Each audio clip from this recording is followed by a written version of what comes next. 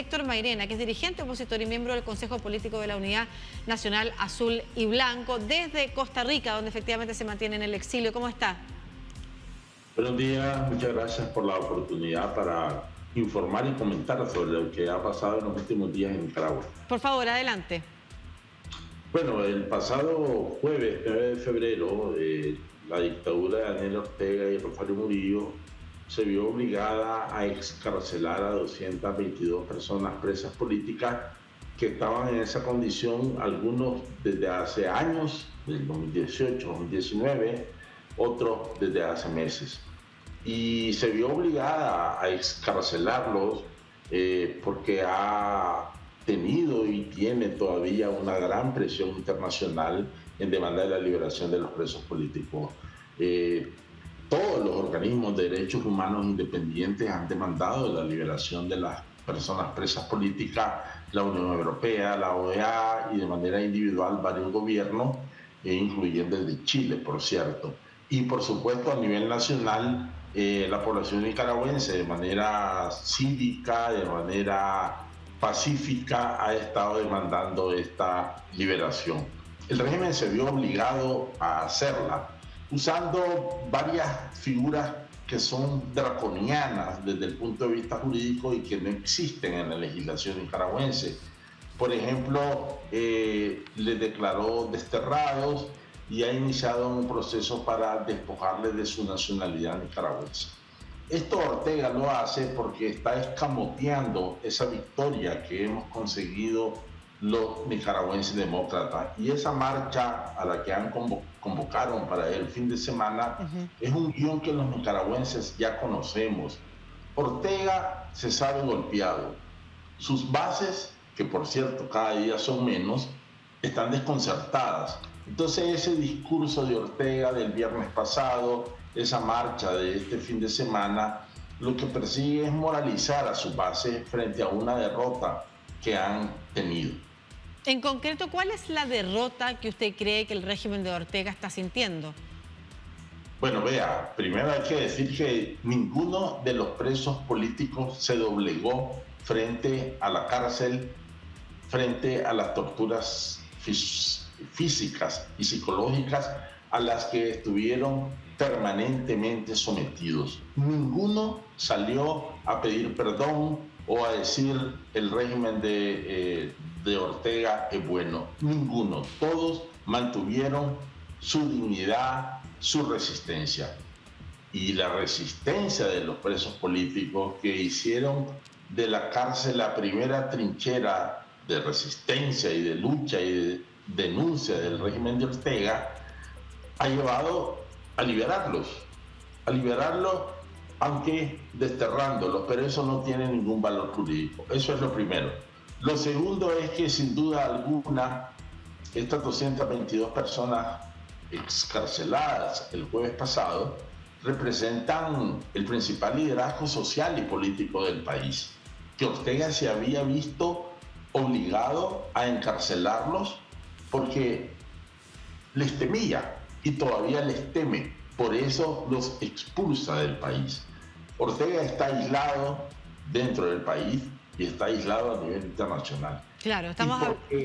Y porque la liberación de los presos políticos fue una demanda y sigue siendo una demanda porque todavía quedan 39 de todos los nicaragüenses. Claro, de todos los nicaragüenses, y como usted bien señalaba, de algunas organizaciones, no solamente de derechos humanos de Nicaragua, estamos hablando de la Comisión Interamericana de Derechos Humanos, de la OEA, de una serie de otros organismos que han documentado lo que usted señala, las torturas que han sufrido desde opositores políticos, periodistas, sacerdote, ¿no es cierto? Estamos hablando del caso de Rolando Álvarez, por ejemplo, el obispo también encarcelado. En agosto del año pasado nosotros veíamos las imágenes cuando él mismo denunciaba a la policía para afuera, finalmente fue detenido y ha sido condenado a 26 años. Es importante señalar también y explicarle quizás a muchas personas que no han seguido de cerca todo lo que ha pasado en estos 15 años de gobierno de Ortega, en el que empieza efectivamente a cambiar las legislaciones, todo lo que tiene que ver con la norma constitucional que permite permanecer en el poder, incorporar a miembros de su familia también a distintos cargos institucionales del poder civil y, por supuesto, terminar en elecciones en las que supuestamente es el reelecto y entonces es apoyado por la ciudadanía, pero son elecciones donde solamente gana la gente que pertenece al grupo de Ortega. Entonces, es importante también que usted nos cuente cómo es el devenir de estos 15 años en los que Ortega se ha convertido en esta persona con rasgos autocráticos que está siendo denunciado por la comunidad internacional. Bueno, realmente es desde el 2007, ¿verdad? Entonces ya son 16 años. Vea, cuando Ortega llegó nuevamente al gobierno en el 2007, después de unas elecciones cuestionadas en el 2006, con el mínimo necesario para ganar, Daniel Ortega inició un proceso de desmontaje de la institucionalidad democrática que se había venido construyendo desde 1990 hasta el 2006. Por un lado. Por el otro lado, privatizó en beneficio suyo, de su familia, fuera del presupuesto nacional, la cooperación petrolera venezolana. En ese momento, de manera muy generosa y abierta, daba el fallecido presidente Hugo Chávez.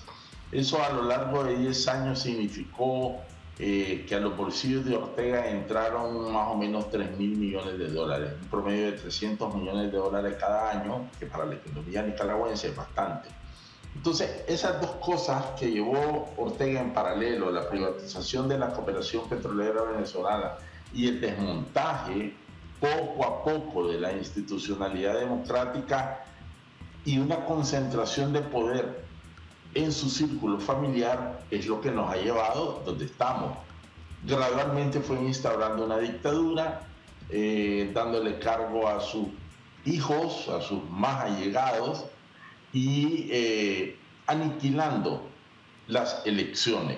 En Nicaragua no ha habido elecciones libres prácticamente en los últimos 15 años, porque Ortega, en ese desmontaje de la institucionalidad democrática, vino controlando poco a poco y con la complicidad de algunos que hasta entonces se hacían llamar opositores, controlando el poder legislativo, que yo le llamo la oficina legislativa de Ortega, porque allí lo que hacen es dar trámite a la voluntad de Ortega, controlando el poder judicial y por supuesto el poder electoral, que en Nicaragua es un poder del Estado, para que se le permitiera, como en efecto se le ha permitido, aniquilar las elecciones como un ejercicio democrático. Fíjese usted, y con esto termino esta respuesta, que en noviembre del año pasado estaban llamadas a darse elecciones municipales.